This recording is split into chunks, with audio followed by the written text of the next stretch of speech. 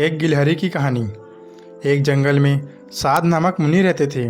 उन्होंने तप करके बहुत सी विद्या हासिल की।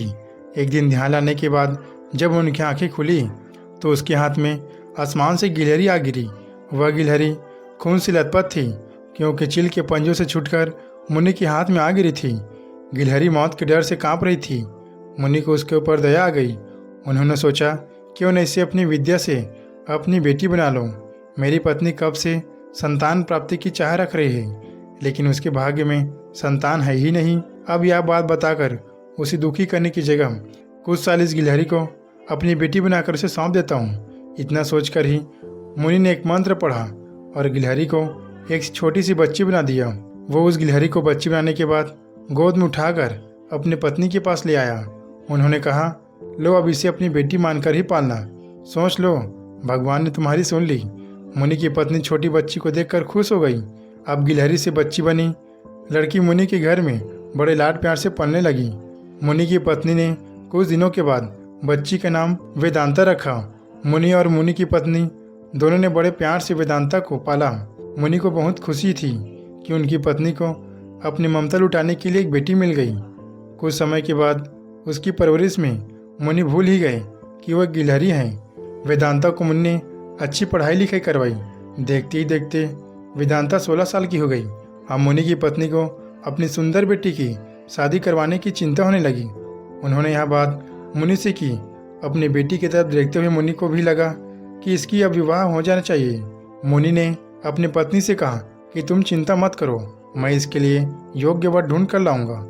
मुनि को लगा कि मेरी बेटी बहुत सुंदर है और उसकी शिक्षा दीक्षा भी बहुत अच्छी है, इसलिए उन्होंने अपनी सिद्धि से सूर्यदेव को पुकारा। सूर्यदेव ने मुनि से प्रणाम करके बुलाने की वजह पूछी। तब मुनि ने कहा, मेरी बेटी विवाह योग्य हो गई है, मैं चाहता हूँ कि आप उसके पति बने। सूर्यदेव ने कहा, आप एक बार अपनी पुत्री से पूछ लीजिए, अगर उसे मंजूर है तो मेरी तरफ से भी हाँ है। तब वेदांता बोली, पिताजी यह बहुत गर्म है, मैं इसके पास नहीं जा पाऊंगी और न ही इसे देख पाऊंगी। मुनि ने वेदांता से कहा, कोई बात नहीं, हम दूसरा वर देख लेंगे। तभी सूर्यदेव ने कहा, हे मुनिवर, मुझसे श्रेष्ठ बादल है, आप उनसे बात कर लीजिए, वह मेरे प्रकाश को भी ढक देते हैं। मुनि ने अब बादल को याद किया। बादल गरजते हुए मुनि के पास पहुँचे और उन्हें नमस्कार किया। इस बार मुनि ने सीधा वेदांता से पूछा, क्या तुम्हें वर पसंद है? तब वेदांता ने जवाब दिया, पिताजी मेरा रंग गोरा है और इसका काला, हमारी जोड़ी अच्छी नहीं लगेगी। तब बादल ने मुनि से कहा, आप पवन देव को बुलाइए, वह मुझसे श्रेष्ठ है, उसमें मुझे उड़ाकर इधर से उधर ले जाने की ताकत है। अब मुनि ने पवन देव का स्मरण किया। पवन देव के आते ही मुनि ने अपनी बेटी से पूछा, क्या आपको यह वर पसंद है? तब वेदांता बोली, पिताजी यह तो एक जगह ठहरती नहीं, इसके साथ मैं घर कैसे बसा पाऊंगी? इस बार मुनि ने पवन देव से पूछा, मुझे अपनी पुत्री के लिए वर की तलाश है, आप बताइए कि आपसे श्रेष्ठ कौन है? पवन देव ने जवाब दिया, मुनिवर आप पर्वत को बुला सकते हैं, वह मेरा रास्ता रोक देते हैं, वह मुझसे श्रेष्ठ हैं। तुरंत मुनि ने पर्वत को पुकारा। पर्वत को देखते ही वेदांता बोले, यह तो पत्थर है, इसका दिल भी पत्थर ही होगा, इससे वह कैसा हो पाएगा पिताजी? मुनि ने हाथ जोड़कर पर्वत देव से पूछा, आपसे श्रेष्ठ कौन है? पर्वतराज ने जवाब दिया, हे मुनि, चूहा मुझसे छेद कर देता है, इस आधार से वह मुझसे श्रेष्ठ है। इतना कहकर ही पर्वत देव के कान से चूहा नीचे कूदा। वेदांता ने जैसे ही चूहे को देखा, वह खुश के मारे उछल पड़ी।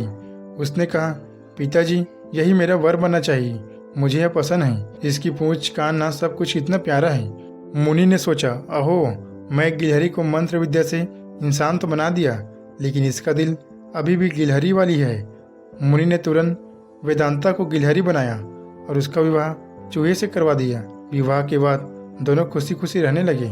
इंसान चाहे बाहर से कितना ही बदल जाए, लेकिन उसका दिल वैसा ही रहता है। दोस्तों, वीडियो अच्छा लगे तो वीडियो को लाइक करके चैनल को सब्सक्राइब कर लीजिए।